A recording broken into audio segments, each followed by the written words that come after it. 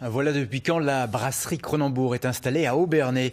Et à l'occasion de cet anniversaire, je vous propose de revenir ce soir dans ce journal sur 5 décennies d'histoire, qui a donc débuté en 1969 par l'installation de la plus grande et la plus moderne brasserie d'Europe. Françoise Bedin.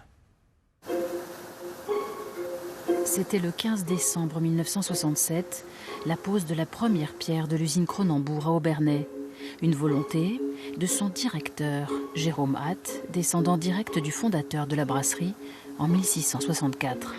À l'étroit sur son site historique, à Cronenbourg, près de Strasbourg, les dirigeants décident de s'installer à Obernai, sur un site de 45 hectares raccordé au rail et à la route, et où la nappe phréatique permet de puiser une eau de qualité. La brasserie la plus moderne d'Europe est inaugurée le 29 octobre 1969. Le souci que j'ai voulu exprimer est celui de voir se créer en France une industrie de la transformation des produits agricoles beaucoup plus importante.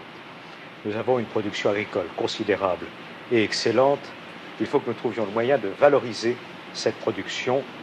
En 1969, elle est déjà la première brasserie française. Très vite, elle prend en compte les questions d'environnement. Dans les années 70, elle crée une station d'épuration pour retraiter les eaux rejetées dans la rivière, l'Aisne. Il y a une dizaine d'années, nous consommions à peu près 10 litres d'eau pour faire 1 litre de bière. Nous sommes descendus aujourd'hui à 5,5 litres d'eau pour faire 1 litre de bière. Donc tout ceci se traduit par une réduction des rejets au niveau de la rivière, donc une réduction aussi au niveau des boues que nous transformons au niveau de la station d'épuration. Souci de l'environnement et innovation. En 1998, Cronenbourg est la première entreprise mondiale certifiée ISO 14001. En un demi-siècle, le site d'Obernai est passé de 2 millions d'hectolitres à 7.